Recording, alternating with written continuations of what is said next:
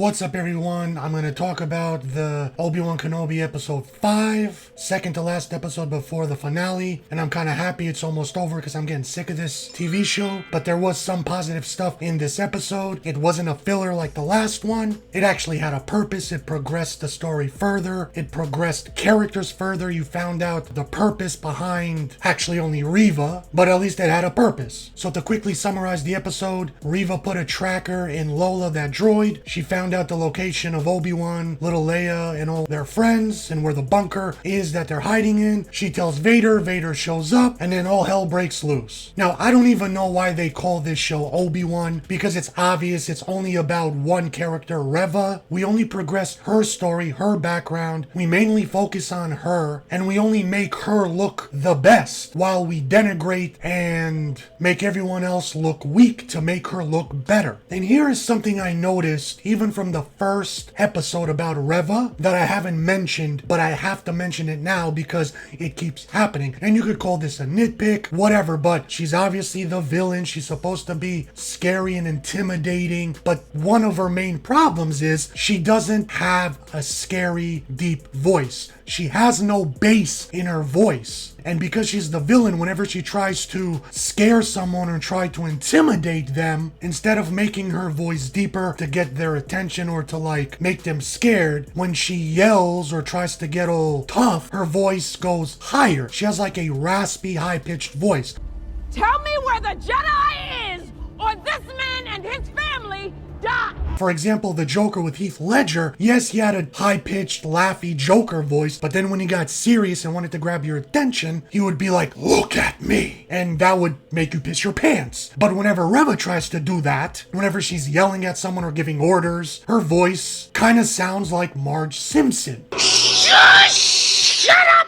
Quit trying to push us around! Stop saying those horrible things and show some manners! At least to me. And she's not intimidating, she's not scary, and every time she yells, I kind of chuckle a little bit. So that adds to the many reasons why I think she's a bad character. So the episode starts off with a flashback of Hayden Christensen as Anakin and Obi-Wan before Anakin got burned. They're still friends, they're practicing the lightsaber fighting, and this flashback happens throughout the episode, but basically it's to show that Anakin has a lot of aggression still, and he can't control his anger during his fighting, and this was great. They finally used Hayden Christensen in a good way instead of just, oh, he's off in the distance and he turns around for 3 seconds. But here's something I noticed. Obi-Wan still looks young. Maybe they de-aged him because it's supposed to be around Revenge of the Sith, but Hayden Christensen looked much older. He had a lot more wrinkles. His face was definitely sagging more. And I'm thinking, did they fail to de-age him? Because he clearly looks older compared to how he looked in Revenge of the Sith. So it was kind of distracting to me. I could be wrong. So then they cut back to Obi-Wan, little Leia, and the commander woman hiding out in the bunker with all the people. And here's something else I noticed. There's so much diversity in this TV show that nobody stands out. Not even Obi-Wan. Everybody's so bland looking. Even the surroundings, the background is so dark and dull and dingy with bland tones that everyone blends into the background. Nobody has any unique characteristics that you can point out and be like, oh, there's that guy I know. Everybody kind of just is one giant mush together. It kind of reminded me of The Matrix Reloaded or Revolution. In fact, this episode basically copied Matrix Reloaded and Revolution. So that little droid Lola hacks into the circuit boards of the underground bunker. The roof doors of the bunker can't open up and the people can't fly away in their ships. So they're trying to figure out what's going on, and the circuit boards are in the vent. So they're like, hey, why doesn't Leia go into the vents? Which is fine, but she's still an annoying know-it-all 40-year-old woman, and she's like, I'm gonna need a ladder. And I even liked what Ice Cube's son said to her. He's like, this is not playtime, princess. And she gives him a look like, what do you think you're talking talking to, bitch? Basically. And then Obi-Wan's like, give her a ladder. She knows what to do. Now, let me ask you this. Did I miss something in the earlier episodes? How does Leia know how to hack circuit boards? Did they show her in previous episodes that she knows anything about circuits or hacking? Or did she mention that when she was 1.5 years old, she worked at a computer company and she knew how to hack circuit boards? She goes into the vent and she's like, oh, there's all the wires and boom, got it, fixed it, easy. I don't mind that she knew how to do that because obviously she knows everything. She's the smartest, strongest, fastest little girl in the world, but at least build some backstory for it to make sense. And I also like that Lola, the droid robot, when they put a tracker in there, she turned from like the colors of her eyes or circuits turned from blue to red to let you know that she's an evil droid. But how does that make any sense? Does the tracker make her evil and turn red? Can the tracker be controlled remotely to make the droid cut the circuits and hack the system? I don't get it. Because when Leia finds the tracker, she pulls it out and then Lola turns from evil red eye color back to blue and all happy again. I just don't understand. So then Reva and the stormtroopers find where the underground bunker is. They try to blast their way in, and Obi Wan Kenobi, to stall for some time, goes and tries to talk to her a little bit through the doors, and he kind of tries to convince Reva, like, what's your problem with me? Like, can we work together? And here's where you actually got some further character development, and you find out that yes, Reva was a youngling during Order 66, and she actually witnessed Anakin try to kill all her little friends, and he even tried to kill her, but somehow he didn't kill her, because she said, I tried to save the other younglings from Anakin, and I played dead and hid underneath the bodies, which didn't make sense because when they showed the flashback of Anakin killing all the kids, he looked at little Reva dead in the eyes. And he lifted up his lightsaber and was about to chop her head off, but yet somehow she didn't die and survive and managed to play dead in front of him. And he was just like, oh, I guess she's dead. I'm gonna leave. So that didn't make any sense. And then Reva says, I know that Anakin is Vader, and this whole time I am hunting Vader. And I call bullshit. So you're telling me you're tricking Vader by working for him just to get close enough to kill Vader and also find Obi-Wan to kill him too and get revenge because she said Obi-Wan stood by and did nothing while Anakin killed all her friends, and plus Obi-Wan trained Anakin, so that's why Reva blames Obi-Wan. And then she takes her lightsaber and sticks it through the doors, melts the locks off, and just as Reva's about to take Obi-Wan hostage, a big shootout erupts, and this is the dumbest, most hilarious shootout I've ever seen. I literally thought this was a joke, something out of Naked Gun with Leslie Nielsen. These stormtroopers cannot hit anything, and they're inches, not even feet away from Obi-Wan and his friends, basically barrels almost touching, and they still can't hit anyone. In fact, I lied. The only people that the stormtroopers can hit are basically white people. The stormtroopers' laser bullets, I guess, must be programmed to only hit white people, specifically white males. But I remember the scene where Ice Cube's son is there and there's like 20 stormtroopers inches from him pointing their barrels at him, and they're shooting back and forth and nobody's getting hit except the stormtroopers, of course. Ice Cube's son is like the fattest one there. How are you missing him when you're basically point blank range? It was a joke. The one character that gets killed that I actually cared about when he died was the loader robot. He never said any words. You didn't really know any background about him. But when he died, I felt sad. He was the most likable character in this TV show, and he was barely on the screen. And of course, as he's dying, he has to protect the commander woman, and she's gonna get her heroic death when she blows herself up, sacrifices herself for everyone to live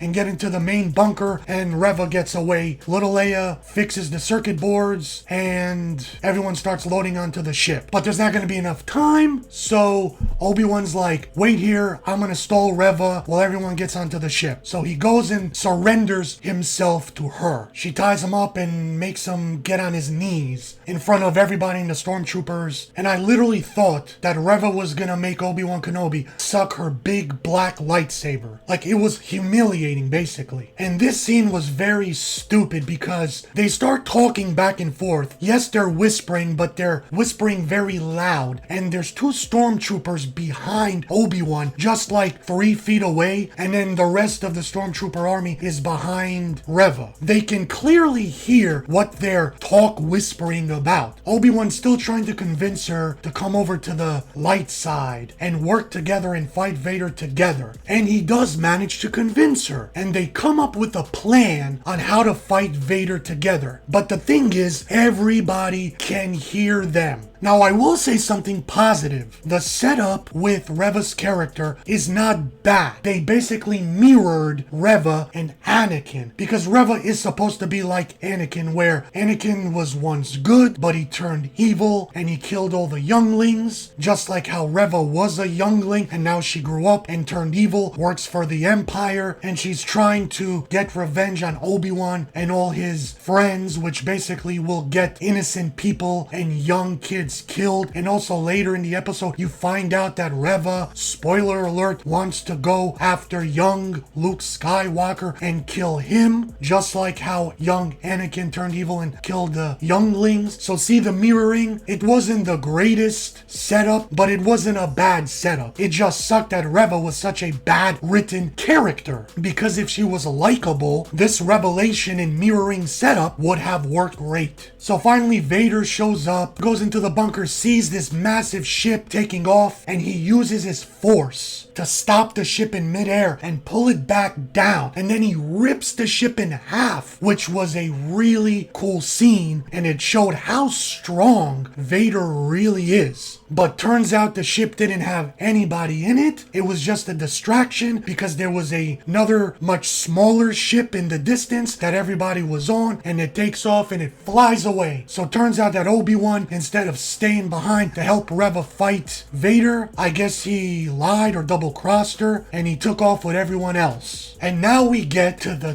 dumbest scene in the show. I don't know if this is a more dumber scene or that point-blank range shootout we saw. But now you have Reva versus Darth Vader. All I'm gonna say is, why didn't Darth Vader just snap her neck? Why did he even waste his time letting her try to fight him? Because it was a very one-sided fight, but it was so stupid and ridiculous because Reva was giving it all she had. She was like breakdancing around Vader, jumping, flipping, sliding, and Vader was just using one hand to like do whatever he wanted with her. You just saw a second ago that Vader stopped a massive ship in full blast about to take off. With just a flick of a finger, he brought the ship down and broke it in half. But yet he's like playing around with Reva? And then just when you think it couldn't get more ridiculous, Vader stabs her and basically tells her, I already knew your plan this whole time. I knew that you were tricking me. I knew that you were gonna try to kill me, but I just used you to get to Obi-Wan. But then guess who shows up? The white egghead Inquisitor, who was stabbed to death, in quotes, 2 episodes ago by Reva. And turns out he didn't die. And his explanation was, revenge makes a person want to live. And then he shows up and he becomes the Grand Inquisitor instead of her. And then he bends down and tells her, we're gonna leave you in the gutter where you belong. And for 1 second I thought that he was gonna call her the N-word, because that's basically what he was trying to say. This entire show was like some subliminal racism from this white egghead Inquisitor when he was trying to constantly talk down to this black woman, telling her you're from the gutter and that's all you'll ever be. We're elite, we're prestigious, and you're nothing. Hint, hint, you know what that means. So then I thought that Vader and the Inquisitor were going to finish Reva off. But instead, they walk away, I guess thinking that she's going to die. But clearly, she's not gonna die. Because if the Egghead Inquisitor didn't die from a lightsaber into the gut, What makes Vader not think that Reva is going to use revenge to survive and come back and try to kill Vader again? Didn't make any freaking sense. I want to talk about something quick that Star Wars has destroyed for me, but probably for a lot of people. Star Wars has destroyed people dying, people's deaths. Whenever I see a person die in Star Wars, even if they're a nobody background actor or the main character, I don't believe that they're going to die. And when you try to build up someone's redemption arc or payoff to their story and then they get killed, instead of me being shocked of them getting killed, whenever I see someone getting a lightsaber to the gut, I don't care anymore. It means nothing. If you were to have a scene where someone took a lightsaber and chopped Darth Vader's head off,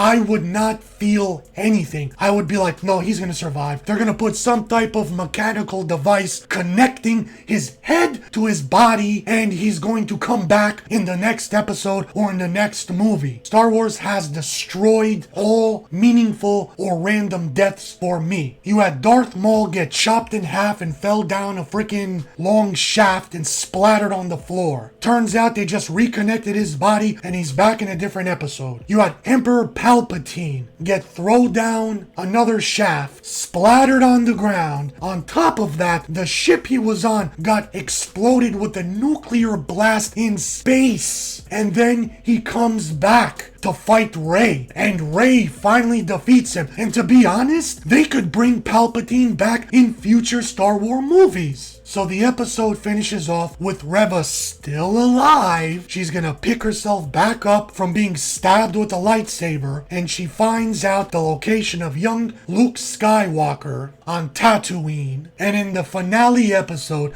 she's gonna go there and we're gonna see what happens. But turns out that the leaks that everyone found out like months before this TV show even started are 100% true. So that's the whole episode. I can't wait till the finale, not to see what happens, because I know it's gonna be a desecration of all the characters, a desecration of canon, but I'm looking forward for the final episode to finally be over. And I don't want to see a second season of this show. So thanks for watching. Until next time, see you next video.